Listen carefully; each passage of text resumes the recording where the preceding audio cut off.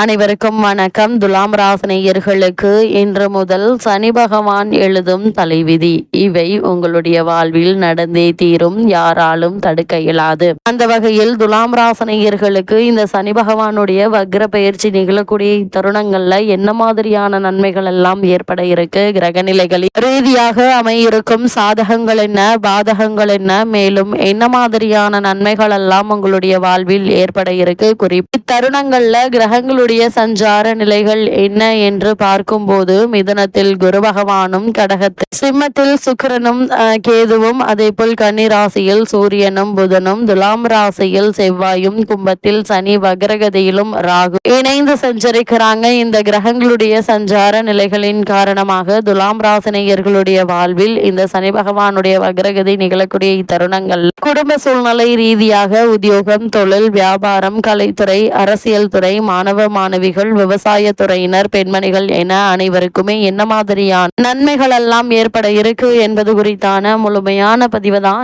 இந்த வீடியோல நம்ம விரிவா பார்க்க போகிறோம். அந்த வகையில துலாம் ராசிரியர்களை பொறுத்த வரைக்கும் கும்பராசி சனி இக்காலகட்டம் முழுவதுமே வக்ர இயக்கத்தில் இருக்கிறாருங்க. உங்களுடைய ராசிக்கு 4, 5 ஆகிய இடங்களுக்கு அதிபதியானவர் சனி பகவான். சுகஸ்தான அதிபதியானவர் வக்ரம் பெறுவது என்பது அவ்வளவு நல்லதில்லைங்க. குடும்பத்தில் ஒருவர் மாற்றி ஒருவருக்கு உடல் நலன்ல தொல்லைகளும் மருத்துவ செலவுகளும் ஏற்படுவதற்கான வாய்ப்புகள் இருக்கு. பிள்ளைகள் வழியில் மனக்கவலையும் விரயங்களும் ஏற்படுங்க. பூர்வீக சொத்துக்களை பிரித்து கொள்வதில் இருந்த பிரச்சனைகள் அதிகரிக்குங்க. இது போன்ற நேரங்களில் ஒருவருக்கொருவர் விட்டு கொடுத்து அமைதியாகவும் பொறுமையாகவும் இருப்பது அவசியங்க. இத்தருணங்கள்ல சனிக்கிழமை விரதமும் சனீஸ்வர வழிபாடும் உங்களுக்கு நன்மையை தரும். அதே போல் தடாலடியாக எந்த ஒரு காரியத்திலும் ஈடுபடாமல் பொறுமையாக நிதானமாக காரியங்களை நீங்கள் மேற்கொள்ளும் போது நிச்சயம் அவற்றில் வெற்றி கிடைக்கும் என்பது எந்த ஒரு சந்தேகமும் இல்லைங்க. அது மட்டும் இல்லாம துலாம் ராசினியர்களை பொறுத்த வரைக்கும் சனி பகவானுடைய இந்த வக்ரகதி நிகழக்கூடிய இத்தருணங்கள்ல மேலும் என்ன மாதிரியான முன்னேற்றங்கள் எல்லாம் ஏற்பட இருக்கு என்று பார்க்கும்போது, உங்களுடைய ராசிக்கு பாக்கியஸ்தானத்தில் குரு அமர்ந்து உங்களுடைய ராசியை பார்வையிடுகிறாரு. சுபகாரிய தடைகள் நீங்கக்கூடிய ஒரு தருணம் என்று தாங்க சொல்ல வேண்டும். தொழில் சிறப்பாக நடக்குங்க. அதே போல் வணிகத்தின் நல்ல லாபம் கிடைக்க இருக்குது. எடுத்த முயற்சிகள்ல வெற்றி அடையுங்க. உங்களுடைய ராசிக்கு 11 சுக்கிரன் இருப்பது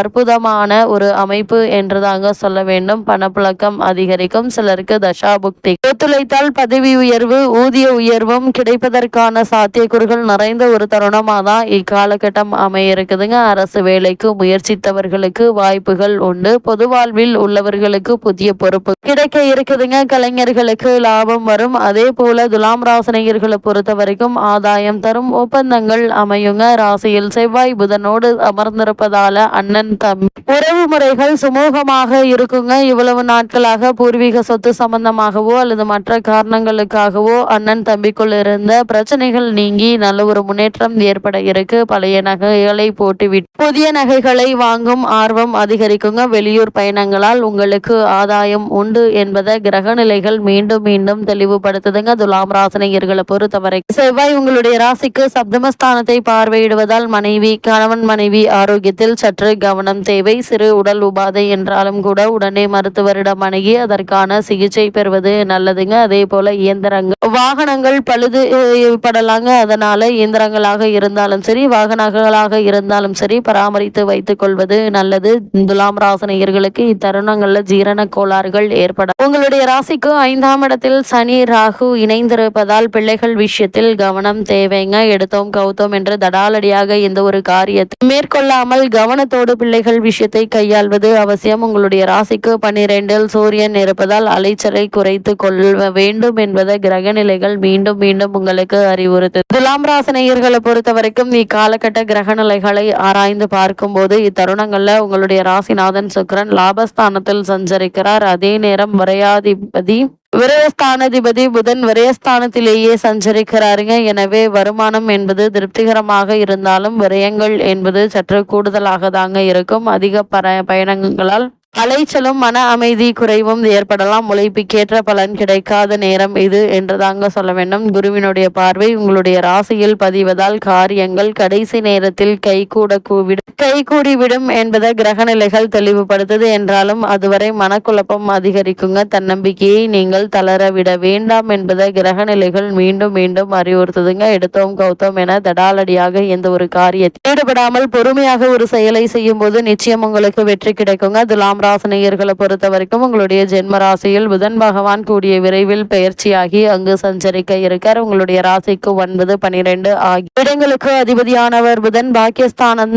மற்றும் விரயஸ்தானத்திற்கு அதிபதியான புதன் உங்களுடைய ராசிக்கு வரும்போது சில நல்ல சந்தர்ப்பங்கள் இல்லத்தில் நடைபெறுவதற்கான வாய்ப்புகள் அதிகம் இருக்குதுங்க. குறிப்பாக தொழில் முன்னேற்றம், உத்தியோக உயர்வு, ஊதிய உயர்வு ஆகியவற்றை நீங்கள் எதிர்பார்த்தபடி கிடைக்க இருக்குதுங்க. அடுத்தவர் நலன் கருதி எடுத்த முயற்சியில் ஆதாயம் போன்றவை படிப்படியாக நடைபெற இருக்கு. குறிப்பா துலாம் ராசினியர்களுக்கு மாமன் மைத்துனர் வழியில் நடைபெறும் மங்கள நிகழ்வை முன்னின்று நடத்த இருக்கீங்க. வீடு கட்டுவது அல்லது வீடு வாங்குவது பற்றி சிந்தனைகள் அதிகரிக்குங்க. தொழிலில் புதிய பங்குதாரர்கள் வந்து இணையலாங்க. இடமாற்றம், ஊர் மாற்றம் ஏற்றுக்கொள்ளும் விதத்தில் அமையுங்க. அதே போல பிள்ளைகளுடைய வேலை அல்லது படிப்பு சம்பந்தமாக எடுத்த முயற்சிகளுக்கு நல்ல ஒரு பலன் தரும் என்பதை கிரக நிலைகள் தெளிவாகவும் உறுதியாகவும் எடுத்துக்காட்டுது. துலாம் ராசினியர்களை பொறுத்தவரை இக்காலகட்டங்களில் கடகராசிக்கு குரு அதிசார கதியில் சென்று அங்கு உச்சம் பெறுகிறாரு. உங்களுடைய ராசிக்கு 10ஆம் இடத்திற்கு குரு வருவது, 10இல் குரு வந்தால் பதவி மாற்றம் உருவாகும் என்பது நியதி. அதற்காக பயப்பட வேண்டியதில்லைங்க. உங்களுடைய ராசிக்கு 3, 6 ஆகிய இடங்களுக்கு அதிபதியானவர் குரு. சகாயஸ்தான அதிபதியான அவர் உச்சம் பெறும்போது எதிர்பார்ப்புகள் எல்லாம் நிறைவேறக்கூடிய ஒரு தருணம் என்று தாங்க சொல்ல வேண்டும். மதிப்பும் மரியாதையும் உயர இருக்கு. ஆனால் நீங்கள் எதிர்மறை சிந்தனைகளை தவிர்த்து எப்போதும் நேர்மறை சிந்தனைகளை வளர்த்து கொள்வது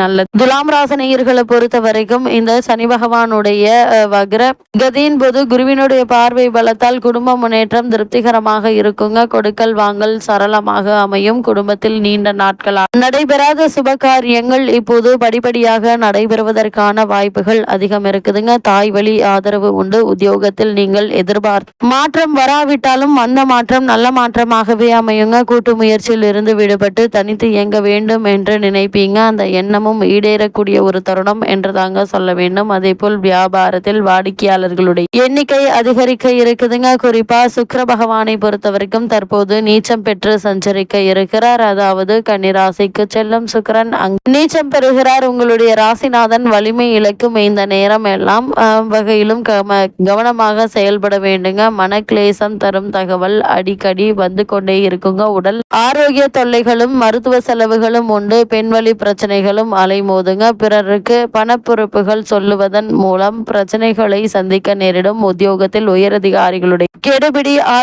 கெடுபிடி ஆளாக நேரிடுங்க. நீங்கள் உங்களுடைய திறமைக்குரிய அங்கீகாரம் நிச்சயம் கிடைப்பது அரிதுங்க. இதனால் எதிர்பாராத முன்னேற்றங்களை இப்போது நீங்கள் தாராளமாக எதிர்பார்க்கலாங்க. துலாம் ராசியை சேர்ந்தவர்களுக்கு பொது வாழ்வில் உள்ளவர்களுக்கு எதிர்பார்த்த பொறுப்புகள் கிடைக்க இருக்கு. தொழில் மற்றும் வியாபாரம் செய்பவர்களுக்கு லாபம் திருப்தி தருங்க. உத்தியோகத்தில் உள்ளவர்களுக்கு எதிர்பார்த்த சலுகை கிடைக்க இருக்குதுங்க. கலைஞர்களுக்கு புகழ் கூடுங்க. மாணவ மாணவிகளுக்கு படிப்பில் கவனம் அதிகரிக்க இருக்கு. பெண்மணிகளை பொறுத்த வரைக்கும்